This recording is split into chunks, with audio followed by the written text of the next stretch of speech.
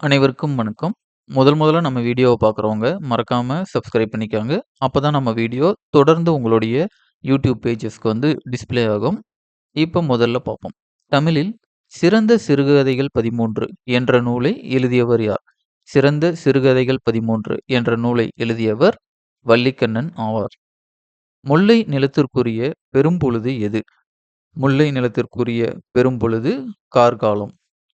பத்துப்பாட்டு நூல்களில் ஒன்று முல்லைப்பாட்டு. பெருஞ்சித்திரனாரின் எந்த நூல் தமிழுக்கு மெய்ப்பொருளுரை கருவூலமாக அமைந்தது? பெருஞ்சித்திரனாரின் திருக்குறள் நூலானது தமிழுக்கு மெய்ப்பொருளுரை கருவூலமாக அமைந்தது. முல்லை நிலத்திற்குரிய சிறுபொழுது எது? முல்லை நிலத்திற்குரிய சிறுபொழுது மாலை ஆகும். பெருஞ்சித்திரனாரின் இயற்பெயர் என்ன? பெருஞ்சித்திரனாரின் இயற்பெயர் துரைமாணிக்கம். முல்லை நிலத்தில் காணப்படும் நீர்வகை எது? முல்லை நிலத்தில் காணப்படும் நீர்வகை காட்டாறு ஆகும். முல்லைப்பாட்டின் பாவகை என்ன? முல்லைப்பாட்டின் பாவகை ஆசிரியர் பா. கனிச்சாறு என்ற நூலின் ஆசிரியர் யார்? கனிச்சாறு என்ற நூலின் ஆசிரியர் பெருஞ்சித்திரனார்.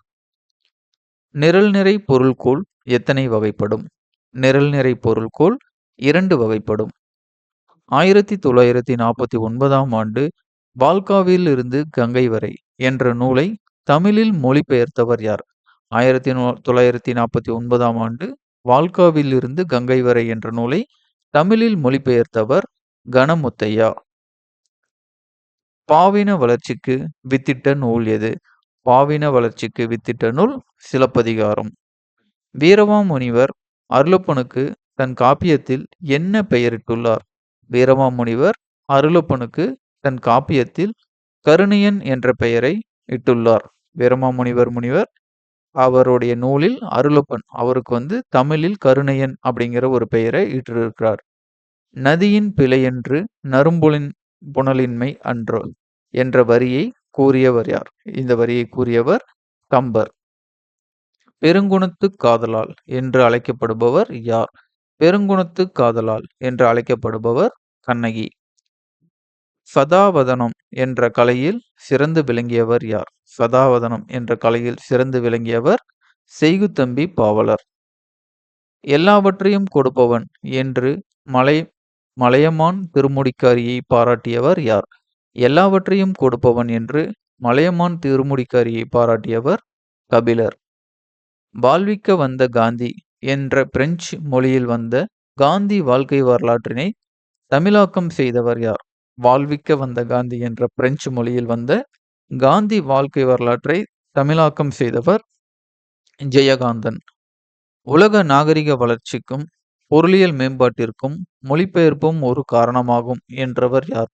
உலக நாகரிக வளர்ச்சிக்கும் பொருளியல் மேம்பாட்டிற்கும் மொழிபெயர்ப்பும் ஒரு காரணம் என்று கூறியவர் மு.கு. ஜெகநாதராஜா. ஓசை தரும் இன்பம் ஓமையில்லா இன்பமடா என்ற பாடலை பாடியவர் யார்? ஓசை தரும் இன்பம் ஓமையில்லா இன்பமடா என்ற பாடலை பாடியவர் பாரதியார். திருவிளையாடல் புராணத்தின் ஆசிரியர் யார்? திருவிளையாடல் புராணத்தின் ஆசிரியர் பரஞ்சோதி முனிவர். மீட்சி விண்ணப்பம் என்ற கவிதை தொகுப்பின் ஆசிரியர் யார்? மீட்சி விண்ணப்பம் என்ற கவிதை தொகுப்பின் ஆசிரியர் தி.சோ. வேணுகோபாலன். உன்னைப்போல் ஒருவன் என்ற புதினத்தின் ஆசிரியர் யார்? உன்னைப்போல் ஒருவன் என்ற புதினத்தின் ஆசிரியர் ஜெயகாந்தன். சாந்தகுமாரி என்ற புதினத்தின் ஆசிரியர் யார்? சாந்தகுமாரி என்ற புதினத்தின் ஆசிரியர் கந்தசாமி. கவரி என்பதன் பொருள் என்ன? கவரி என்பது சாமரை ஆகும். ஆசிரியர் பா எத்தனை வகைப்படும்? ஆசிரியர் பா 4 வகைப்படும். தமிழில் ஆசிரியரின் டைரி என்ற நூலை எழுதியவர் யார்? தமிழில் ஆசிரியரின் டைரி என்ற நூலை எழுதியவர் எம்.பி. அகிலா. காய்மணி உய்முறை செய்முறை என்பதற்கு உரிய இலக்கண குறிப்பு என்ன அப்படின்னா வினைத்தொகை. இது செய்வாயா என்று வினவிய போது நீயே செய் என்று ஏவி கூறுவது எவ்வகை விடை ஆகும்? நீயே செய்வாயா அப்படின்னு கேட்கும் பொழுது நீயே செய் என்று கூறுவது ஏவல் விடை ஆகும். சிலப்பதிகாரத்திலும் மணிமேகலையிலும் அமைந்த பாவினம் எது? சிலப்பதிகாரத்திலும் மணிமேகலையிலும் அமைந்த பாவினம் அகவற்பா. ஆலாங்கானத்து அஞ்சுவர இருத்து அரசுபட அமருலக்கி என்ற வரி இடம்பெற்றுள்ள நூல் எது? ஆலாங்கானத்து அஞ்சுவர இருத்தி அரசுபட அமருலக்கி என்ற வரி இடம்பெற்றுள்ள நூல் மதுரை காஞ்சி. தேன்மலை என்ற நூலின் ஆசிரியர் யார்? தேன்மலை என்ற நூலின் ஆசிரியர் சுரதா. ஆலத்து மேலே குவளை குளத்துள் வாளில் நெடிய குரங்கு என்ற பாடல் வரி யாருடைய உரையில் காணப்படுகிறது? ஆலத்து மேலே குவளை குளத்துள் வாளில் நெடிய குரங்கு என்ற பாடல் வரியானது மயிலைநாதர் உரையில் காணப்படுகிறது. சங்க பாக்களில் அறம் பற்றிய அறிவுரைகளை பெரும்பாலும் யாரை முதன்மைப்படுத்தியே கூறப்படுகிறது? சங்க பாட்களில் அறம் பற்றிய அறிவுரைகள் பெரும்பாலும் அரசர்களை மையப்படுத்தியே கூறப்பட்டுள்ளது. மகபுவஞ்சி என்ற நூலின் ஆசிரியர் யார்? மகபுவஞ்சி என்ற நூலின் ஆசிரியர் பெருஞ்சித்திரனார். அற்றை திங்கள் அந்நிலவில் என்ற நூலின் ஆசிரியர் யார்? அற்றை திங்கள் அந்நிலவில் என்ற நூலின் ஆசிரியர் நா. முருகேச பாண்டியன். தேவர் அணையர் கயவர் அவரும் தாம் மேவன செய்துலகலான் என்ற குறளில் பயின்று வரும் அணி என்ன? இந்த குறளில் பயின்று வரும் அணி வஞ்ச புகழ்ச்சி அணி. லூட் மியூசிக் என்பதன் இணையான தமிழ்ச்சொல் என்ன? லூட் மியூசிக் என்ற சொல்லின் இணையான தமிழ்ச்சொல் யாழிசை. வள்ளலின் பொருள் இரவலின் பொருள். வள்ளலின் வறுமை இரவலின் வறுமை என்று கூறியவர் யார்? வள்ளலின் பொருள் இரவலின் பொருள், வள்ளலின் வறுமை இரவலின் வறுமை அப்படின்னு கூறியவர் பெரும்பதுமனார். நாகூர் ரூமியின் இயற்பெயர் என்ன? நாகூர் ரூமியின் இயற்பெயர் முகமது ரஃபி. மொழியோ நூலோ இலக்கியமோ எதுவானாலும் மனிதனுக்கு மானம், பகுத்தறிவு, வளர்ச்சி, நற்பண்பு ஆகிய தன்மைகளை உண்டாக்க வேண்டும் என்று கூறியவர் யார்?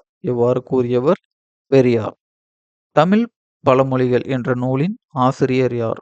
தமிழ் பழமொழிகள் என்ற நூலின் ஆசிரியர் கி.வா. ஜெகநாதன். புதுக்கோட்டை மாவட்டத்தில் கொடும்பாளூரில் மூவர் கோவில் சிற்பங்கள் யாரால் கட்டப்பட்டுள்ளது? புதுக்கோட்டை மாவட்டத்தில் கொடும்பாளூரில் மூவர் கோவில் சிற்பங்கள் 2ஆம் பராந்தக சோழனால் கட்டப்பட்டது.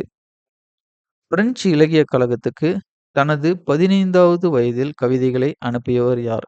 பிரெஞ்சு இலக்கிய கழகத்திற்கு தனது 15வது வயதில் கவிதைகளை அனுப்பியவர் விக்டர் ஹியூகோ. நாக்கிற்கு தெரிந்த ஆதார சுவைகள் எத்தனை? நாக்கிற்கு தெரிந்த ஆதார சுவைகள் 4. இயற்கையும் வாழ்க்கையும் அனுபவங்களையும் இணைத்து அறிவு தெளிவுடன் நல்வாழ்க்கை மெய்யியல் உண்மைகளை காணும் முயற்சியே பிச்சமூர்த்தியின் கவிதைகள் என்றவர் யார்? இந்த மாதிரி பிச்சைமூர்த்தி கவிதைகளை பற்றி கூறியவர் வல்லிக்கண்ணன். 5 மீட்டர் வெட்டினான் என்பது எவ்வகை ஆகுபெயர்? 5 மீட்டர் வெட்டினான் என்பது நீட்டல் அளவை ஆகுபெயர். தமிழகத்தில் உலோகப் படிமங்கள் செய்யும் பயிற்சி நிலையம் எங்கு அமைந்துள்ளது? தமிழகத்தில் உலோகப் படிமங்கள் செய்யும் பயிற்சி நிலையம் சுவாமிமலை, கும்பகோணம், மதுரை ஆகிய இடங்களில் அமைந்துள்ளது. விடை அனைத்தும் சரி.